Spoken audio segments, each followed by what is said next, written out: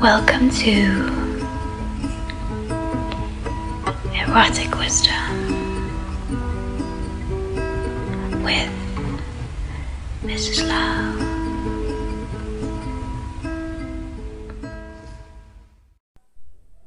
Okay, here we are in a little green cabin. Hello. With my beloved friend Dez, Baba Dez, world traveler that graced Cape Town with his presence, although so briefly, very richly. Thank you, sweetheart. I appreciate that framing. It's a joy to be here and share with you. You've become a very prominent figure in South Africa in the sacred sexuality and tantra scene. Slowly. Yeah. Well, I understand why. You're amazing. Thank you. So I've been wanting to ask you this question. Maybe it's more of a conversation. There might not be a straight answer, of course. But of course, as a teacher, as a facilitator, as a creator of space, as a dakini that share teachings from a specific lineage as well. Sometimes I'm sitting with this meditation. For me, is becoming quite relevant.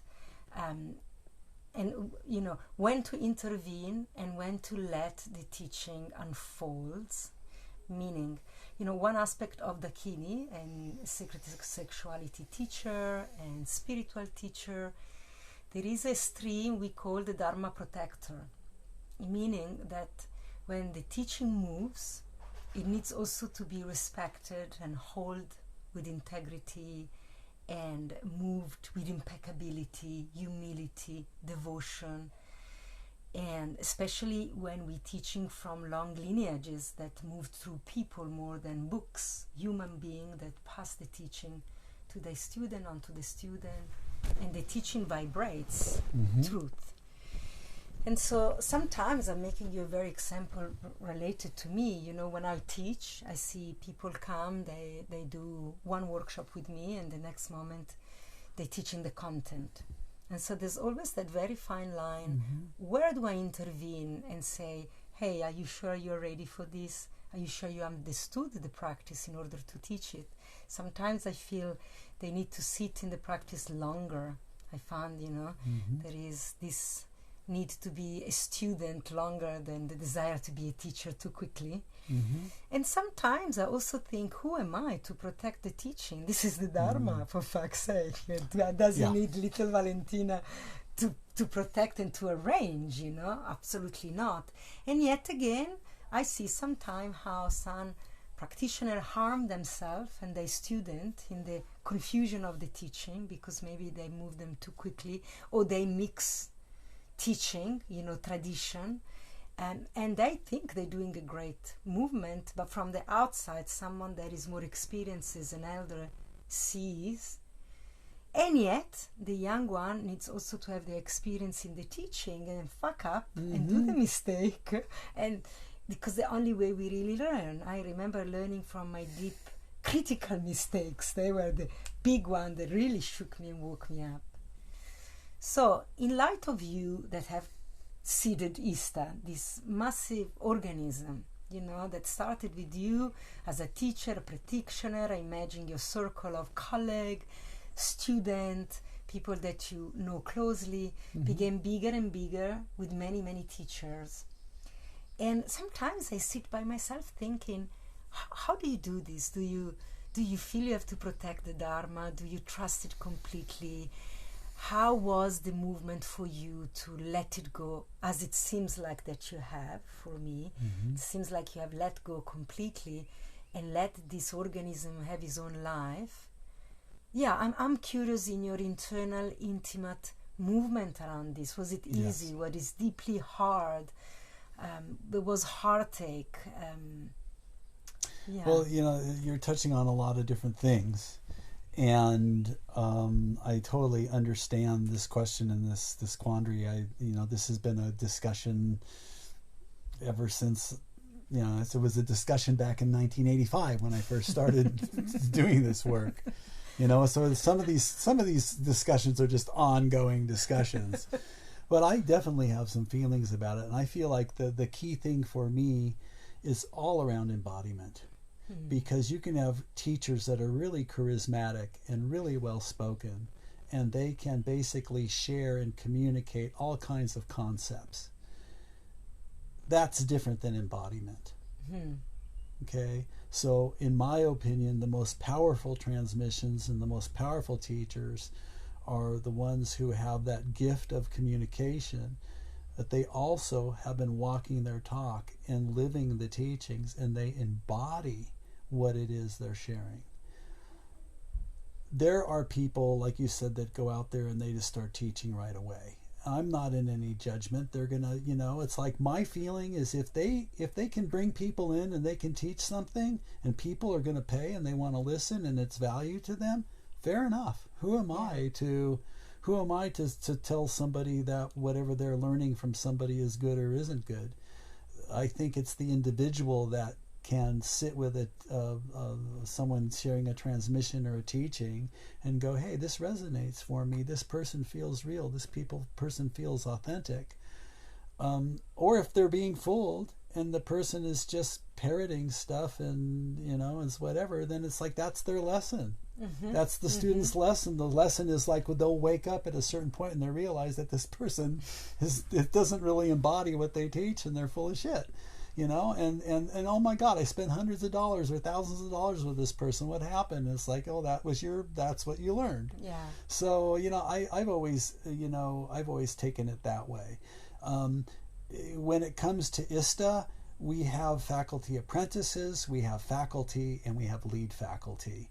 And quite honestly, I feel like there's a part of me that wanted to grow the organism. And the organism wanted to grow itself. Love wants to grow. ISTA, basically, love is at the center of ISTA, and that's who ISTA belongs to, is love. As far as, that's why it's a nonprofit. Nobody makes any money from ISTA unless you teach or you organize, including myself.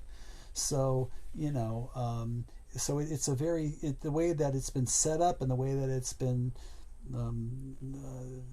grounded is by the lead faculty. And the lead faculty are beings that ideally have the gift of being wonderful communicators, but they also have reached a certain degree of embodiment and integration of what it is we teach. And I can honestly say that some of those lead faculty are more embodied than others. Some we've had to let go of because the embodiment wasn't there. And, I was always very positive in thinking that, well, if somebody starts teaching this, like myself, the more I taught it, the more I embodied it. So everybody embodies at a different rate and in a different way. So I think now that ISTA's at a certain place in its development, I think it's good for us as a lead faculty circle. There's 15 of us now. I think it's a really good idea to raise the bar and really feel into the individuals, not just their gift and their charisma and how well they speak and write and communicate, but also, do they actually walk the talk? Do they embody the teachings? Do they have a powerful self-pleasuring practice? Are they vibrating their emotional bodies, and can we feel that? And rather than being a work in progress. And I will admit that I cut certain corners and I allowed certain people into faculty before they really displayed a sufficient degree of embodiment. So I think that's the key. When it comes to this whole thing, it's around embodiment and transmission. There'll always be charlatans. There'll always be fakes. There will always be people that are just faking it until they make it. And I'm not in judgment of that. I've had to fake it till I make it in the business world and in other places too. I know very early on that the quality of my teachings were from the places of my own experiences and my own embodiment. So it's an ongoing conversation. But I am not the police. And I also think that there's a lot of competition and a lot of ego and a lot of trademarking and a lot of branding, and that's not about love. It's about possession, it's about control, and it's about money. And I think a lot of the lineage thing is about power and money. And personally, I don't give a shit about lineages. I don't have much respect for lineages. I have respect for embodiment. I have respect for love. If a lineage is very anchored and rooted in love, that will be very apparent. But I know too many teachers and guru types from the East and lineages that are just antiquated, and they're like when I started to teach. Another great example is when I started to teach some of what were called the secret teachings around sex magic and other things. There were a lot of people that were very upset with me that I was bringing these teachings into the mainstream, that I would teach people how to harness, or the concept of harnessing their sexual energy and being able to use that for conscious manifestation. And the thing is that the world has changed, society has changed, humanity has changed and evolved, and it was my feeling that it was time to bring these teachings to humanity because humanity needs them now. We don't need to protect the teachings. The teachings protect themselves. We don't need to protect the lineage or anybody from themselves, because if the teachings are real, we'll learn and grow from them. And if the magic is dark or not integrated, and it's the intention isn't clear, I already know that the magic won't work, because magic only works with love and ease. Magic doesn't work. Dark black magic and all this fearful magic stuff, it ends up taking a bigger toll on the practitioner that's using it for that purpose than it does for anything that results from it. So it's like I know that things are very self-regulating, and it's important for people to have the information, and they'll create their own learning experiences as they attempt to do very sophisticated things that they're not really ready to do. And I think that's the biggest thing, and my biggest complaint with Neo-Tantra and Tantra teachers, that when I first started back in the 1980s and 1990s, was that sacred sexuality and Tantra teachers, and even the teachers from the East, it was all very mental. And there wasn't a lot, and there was some of it, and Osho was kind of breaking through that. And I think he was somebody who did an amazing job at wanting to integrate more of what it means to be a whole integrated human being. However, that being said, also there's still the blind spots and the places where our own enculturation gets in our way, and we just don't know what we don't know. So, this is, like I said, this is a huge topic and a huge discussion. And I think what happens is down the road we can know whether it was a mistake or not. And I think bringing those secret teachings and the temple arts forward was not a mistake. Humanity is ready for it. And if any of those things are misused, they'll teach the misuser. And they'll bring that misuser into contact. And that happened for me too. Anywhere where I didn't quite understand something or didn't get it all the way, it would have to sit with me and would have to evolve, and I would evolve with that. So I feel like more and more people are doing that. And I think that's important. Truth takes care of itself in a way, and so when you need to slap and whip, it just does that. Doesn't need me to support that. This I get it. And I also think it's I asked you a general question, and while you were speaking I was answering myself, thinking it's individual. In any situation there will be different, and there will be situation where it's appropriate to intervene and other where it isn't, to just really feel into it. So what I'm curious to know about is then, when you started ISTA, you spoke about trademarking and people, making school and making business. I'm also here in this process of making a school, and I fight this process within myself all the time. I'm asking, what am I doing? And I'm solidifying a flow. What I want to create. It's for me now. It's ongoing. I see the trademarking out there that I also feel it's the business, but when I don't look at the business, and I struggle to support myself in abundance, so also there is that aspect that I need to look at.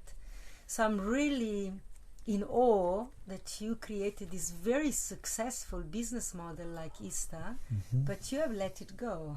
Right. Well, the intention from the very beginning was to create something to serve humanity, not to create another income stream for myself. So from the very beginning, I created successful businesses. I knew I had enough money to be okay.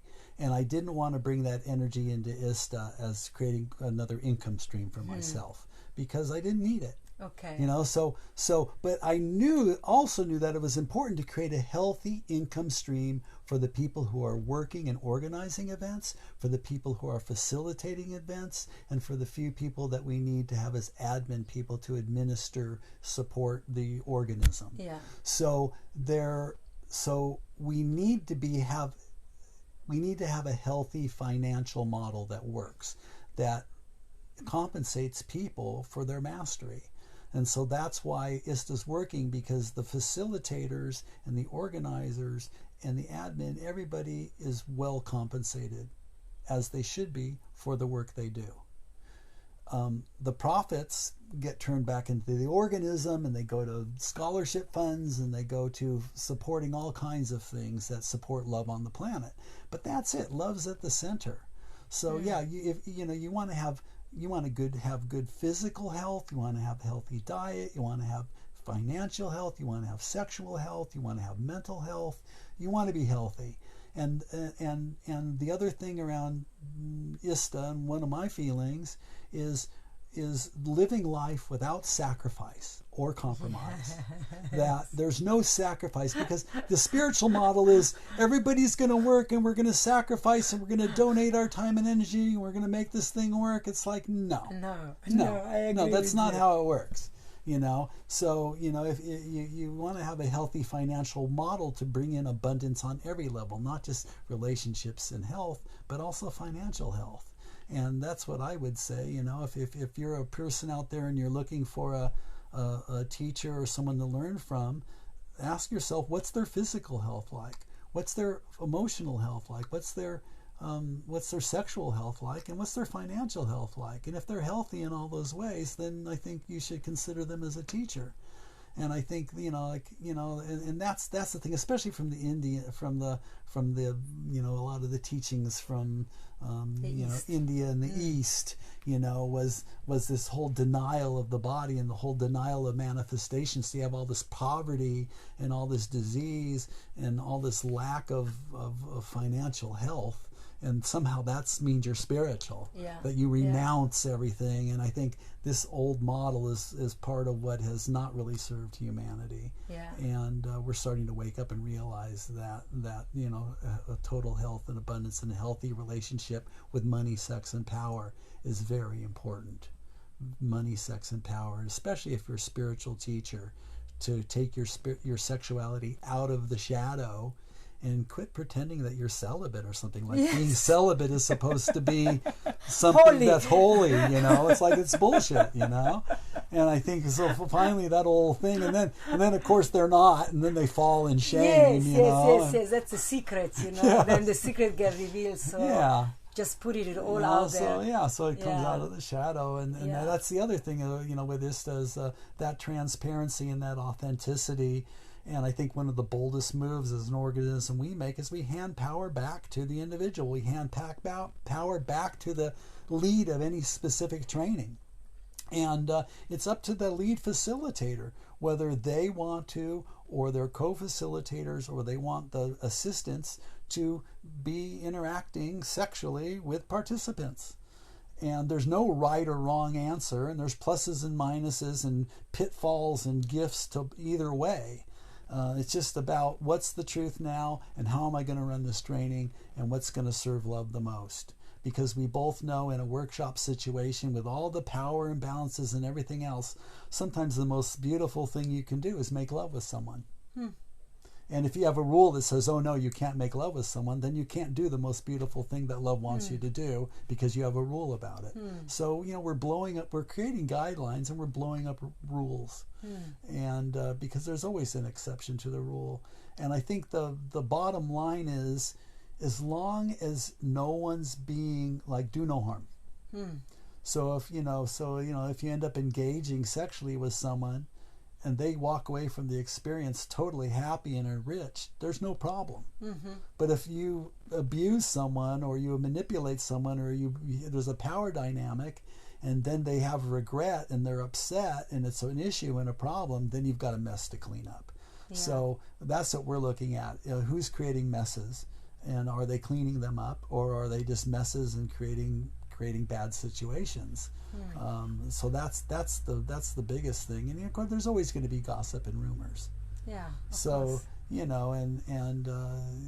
Especially in this field of personal growth development and tantra and sacred sexuality, there's a lot of competition. A lot of teachers are talking shit about each other because they're all competing for a market, which is totally ridiculous. I've never bought into that. So then they start throwing shit at each other, and it's really sad when the bottom line we're teaching is love and leaning in and communication, and then there's that kind of thing. It's very sad, but it's also very human, and I understand.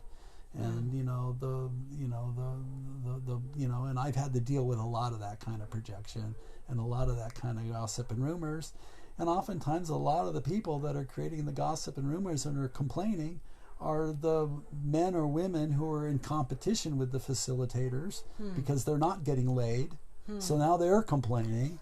So it's the people that are having the sexual interaction have no issues at all. It's the other people that aren't. Having evidence. Right. Yes. So then you've got a bunch of, in my particular case, let's talk about me. In my particular case, you got a bunch of men that are angry and jealous because they're not getting laid. And then you've got a bunch of maybe other women who aren't getting any, and they're angry and jealous too. And it's so ridiculous. The whole thing is just ridiculous. And so then we're just going to shame everybody, and we'll make a rule that no one can have sex. So it's like, how human is that? Yeah. Oh, man.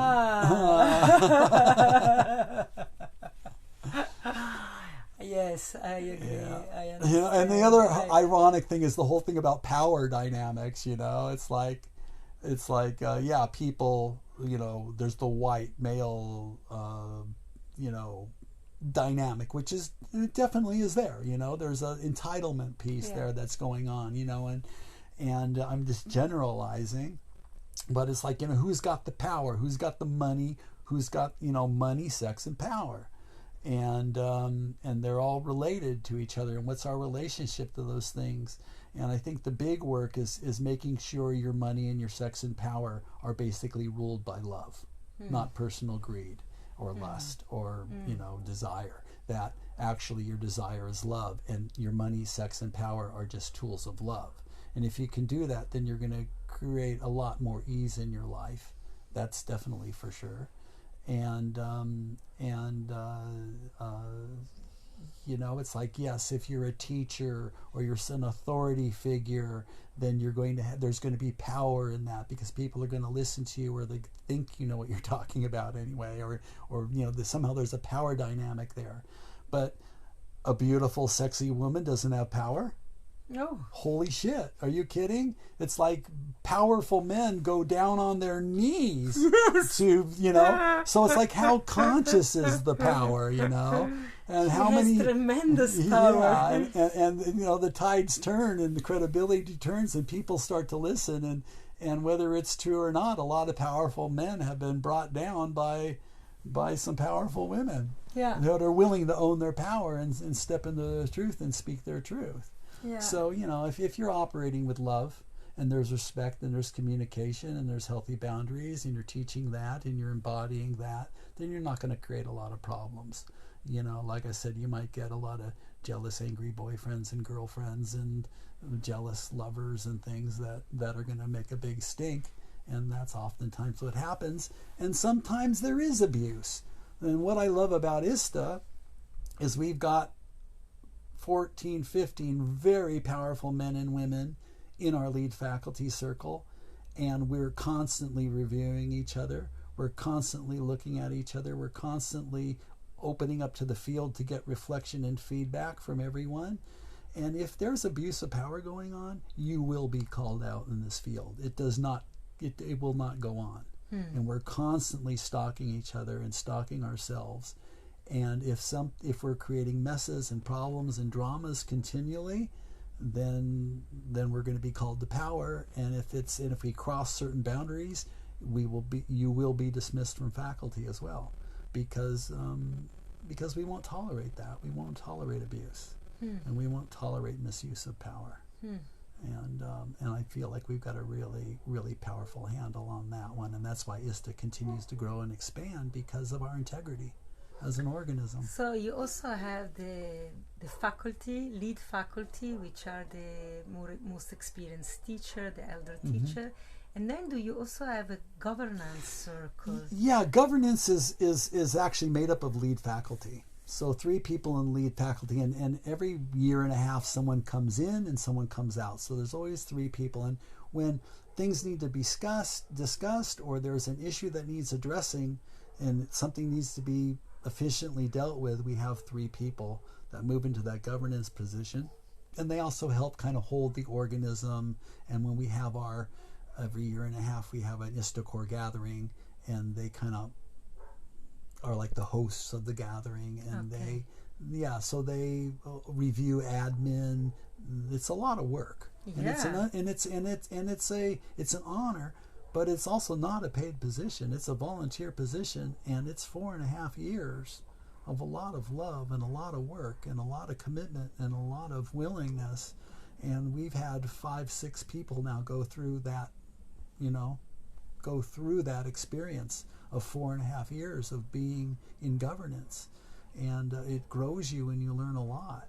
And it's a phenomenal experience. However, those 3, if they're not embodied, they can create they can go into power tripping too. Oh, of course. Now they're holding power. And now there's only 3 of them. So we've had some learning experiences around being in governance, and those people learning about power and learning how to wield power and hold power and how to share power.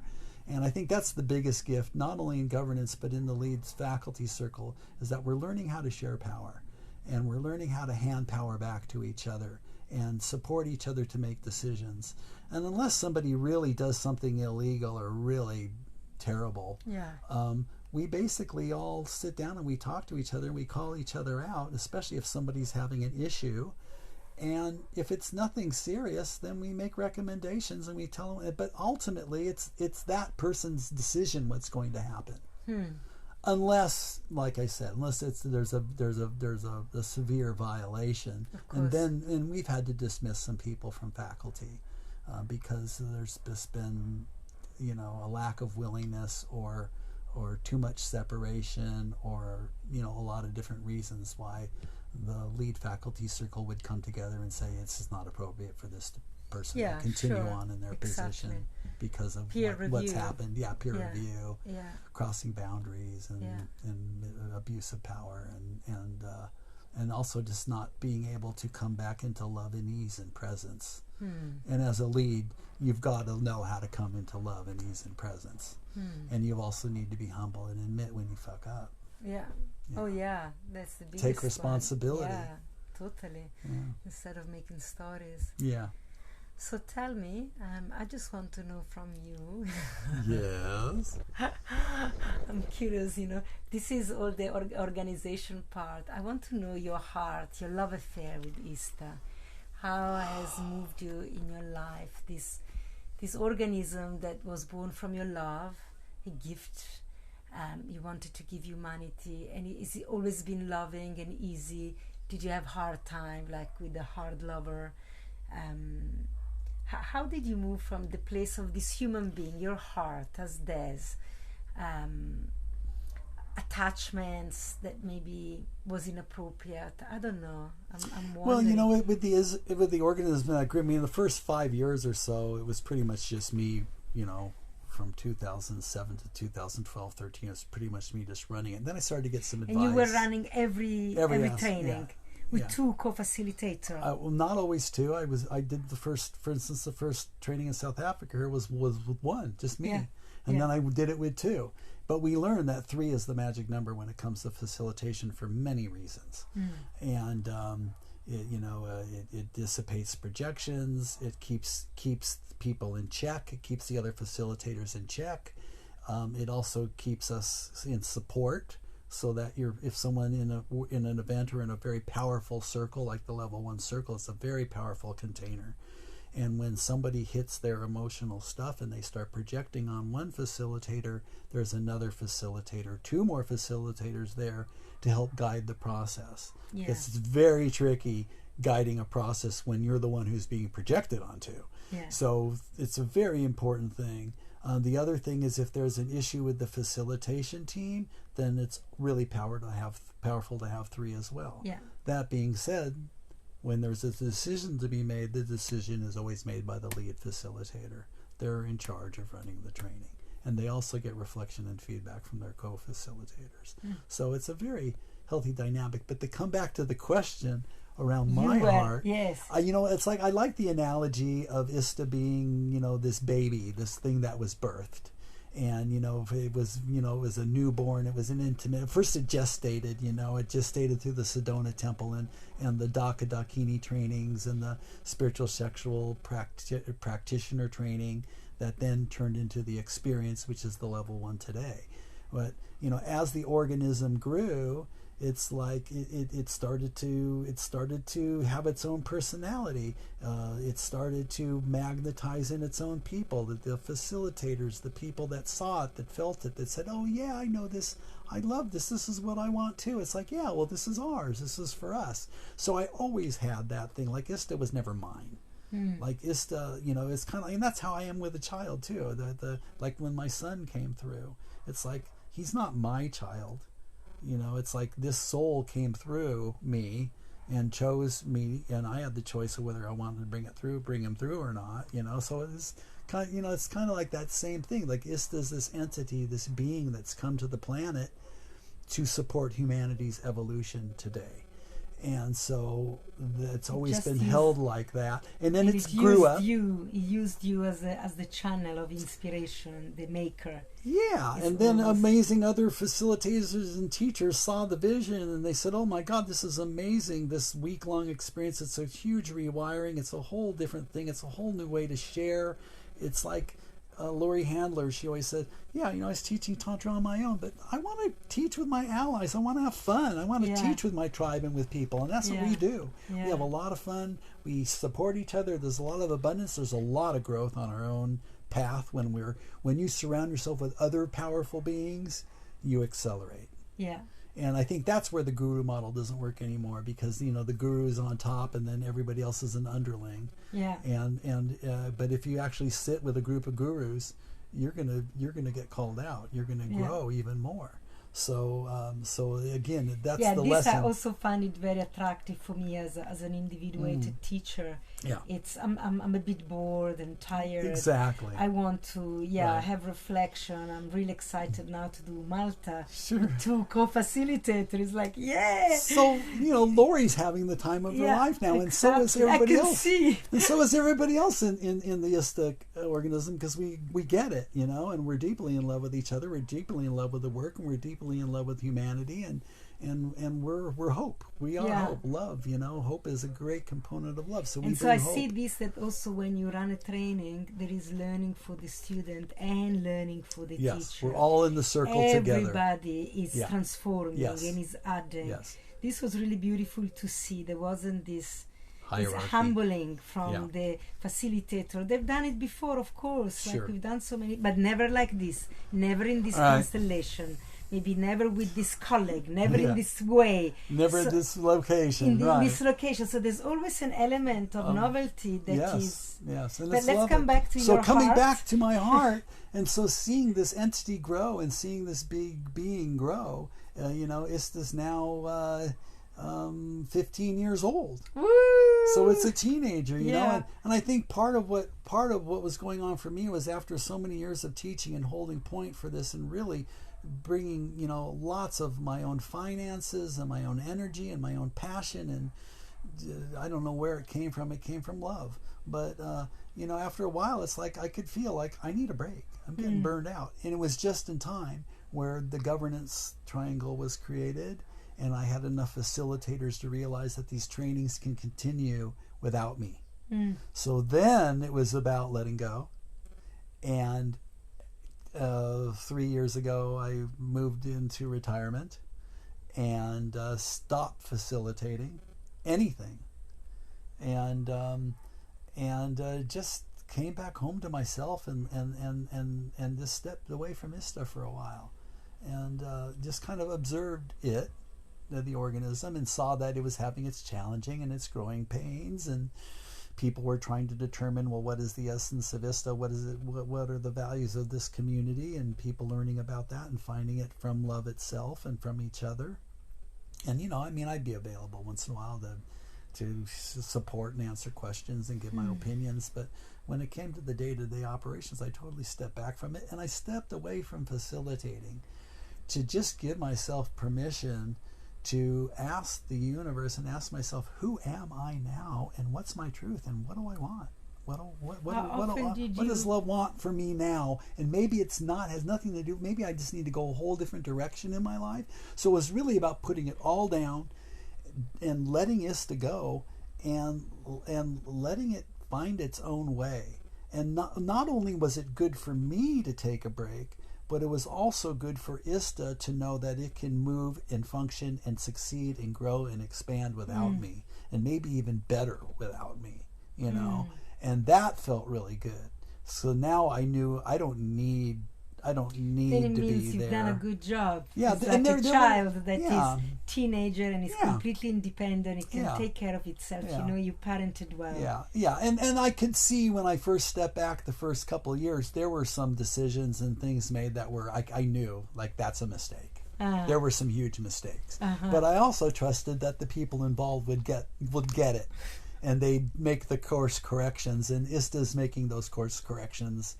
And we're coming back on course to what love really wants, and what it really means to embody love, and what it means to support each other to make decisions for ourselves, and how everyone in the organism, whether you're an organizer or a faculty or a lead faculty or an admin, how do I want to interact with this organism? Like, what's my truth? And let people make their own decisions, And the beautiful thing is, as we add more faculty, if you're out there offering trainings and nobody wants to teach with you or co-facilitate with you, and no one wants to organize with you, you're not going to do any trainings. So it's self-regulating, It's like, and people see your profile and they hear about you, whatever, and it's like, people aren't going to come to your trainings. And then eventually it's like, it'll just self-regulate, and you'll just fall away, and that's happening too. How many training did you used to teach before you retired? How often? Like once a month or more? Yeah, something like that. Sometimes more. Wow. Sometimes more, but a lot of that, especially from I'd say about 2010 to 2016 or 17, my emphasis was really on supporting the new leads and the faculty to really understand the trainings, and to really understand why we do things in a certain order, and the reason why certain things are presented the way they are. And I can see that some of the faculty really understand that and really move with that, and some are still learning about that as well. They'll do an exercise, but they don't necessarily understand all the reasons why it's done this way, and so sometimes they'll change it, and then sometimes a piece won't even land. It will be missing from the training, and I am concerned about that. But those are conversations I can have with individuals when it comes up and I notice it happening, or I can have as a group discussion with lead faculty, and other lead faculty can bring that stuff in too, And the beautiful thing is, there have been so much creative energy, and so many of the lead faculty have brought pieces into the training and actually refined the training to make it something more and even better than it was before. So, this is what I wanted to ask you. Originally, you did the program. Did you design the whole program? Yeah. And then as you were bringing more in, it also morphed. Sure. Sure, like that. There were a lot. I think a good example is we give a transmission of divine masculine and father energy to support the father wound healing with people, and the same thing with mother. So there's a process where those things were done separately, and now we actually do them together. There's a mother father child ritual where that transmission is delivered much more efficiently and much more potently, and how it evolved and the ideas and how it through working together, it's like it becomes a more potent transmission of a certain embodied teaching. And I think that's really the key thing. It's like, it's not something you can read about or listen to. What we're offering people are experiences, and it's the experiences that create the deep changes and transformation in people. It's those experiences. It's always the experience. It's the truth embodied. Yeah. It's not a theory. It's vibrating. And as you know, because you've attended some of the trainings, it's like, that's why it's working, because people are transformed in 1 week. Yeah. And it's a phenomenal transformation. And I don't know of anywhere else you can go on the planet and go to a 1 week workshop and walk away actually getting the transmissions, and so many people getting the transmissions and stepping into a whole nother level of consciousness and reality. So it's pretty phenomenal that way. Yeah. And tell me, so what love wants you to do now? You said you're meditating and you're listening. Have you found a new direction? Love. What do you think it's for you now? Well, I've had some challenges when I stopped, and my challenge was to do nothing for several years. That was way harder than I thought. And especially if you do 2 training a month. So it was a whole shift, and so all kinds of stuff came up for me, and it's like, okay, Des, can you just stop and do nothing? So that was my meditation. So love wanted me to do nothing, and for a while, and now love still love is really happy that I'm having more ease and more fun. And I look back at all the work I've done in my life to create businesses and create ISTA and everything, and co-create ISTA, and I wonder, God, where did all that energy come from? How did I do that? But love and passion have its way. And so now I'm feeling into what are the things that really excite me on many different levels. I don't have to do anything. What do I want to do? Including just giving myself permission to just have fun and do nothing. So I've been challenging myself to keep having fun and doing nothing, and being just really present in the moment. Well, that's one of the teachings. What does it mean to live fully present, fully aware, fully present, and totally out of control? So the thing is, I don't know what's going to happen next. If I can be aware and present, then I can notice what's coming into my field and make choices as it reveals itself. Yeah. So, I meet people, I go to places, and I'm touched, and I notice, and I show up. So, like in my past when I was younger, there'd be a place or something or a person or a business opportunity or someone who's really attractive, and I'd be afraid. I'd be afraid to show up all the way because I just, but what I've learned over the years is like, oh my God, I am not going to miss any opportunity to show. So if I feel a possibility or an attraction with someone, I'm going to be like, who are you? What's going on here? I want to know, because I can feel the energy here. I can feel the attraction. And what's the gift, So it's again. And there's no more time to lose. I also feel this with aging. I notice the preciousness of time. If when you're young, you can wait and lull about and second guess. Now there's no more time for second guessing. Well, when something is real. Yeah. When it moves you.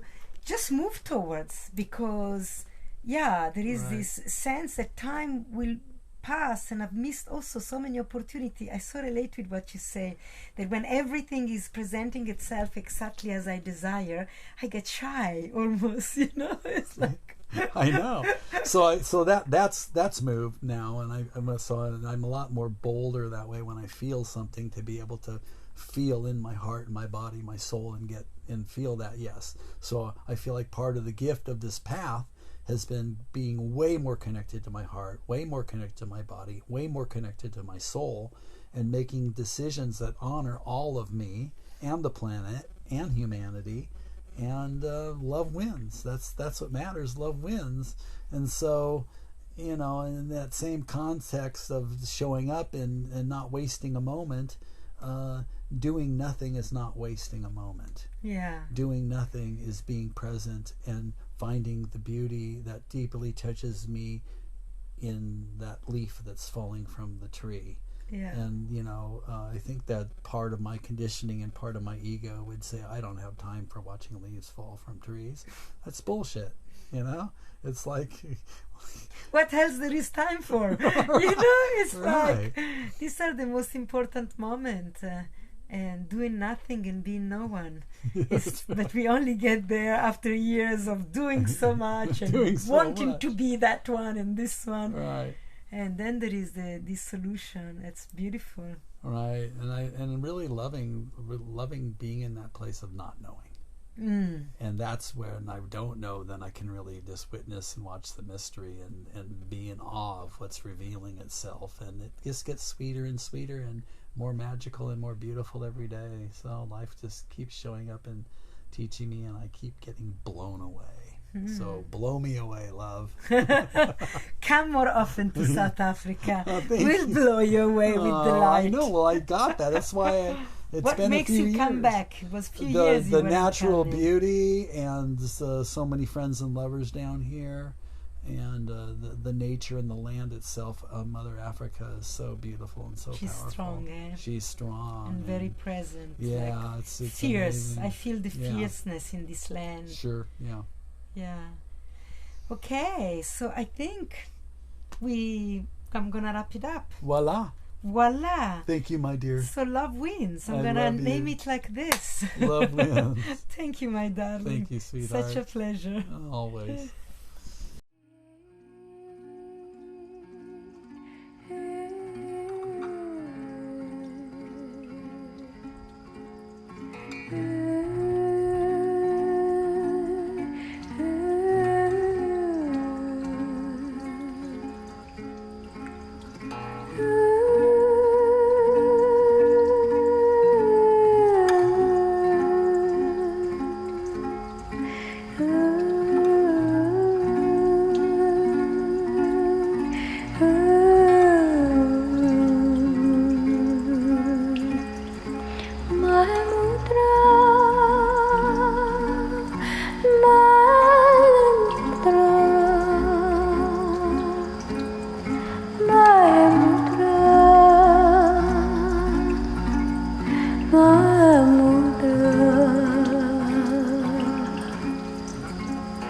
Oh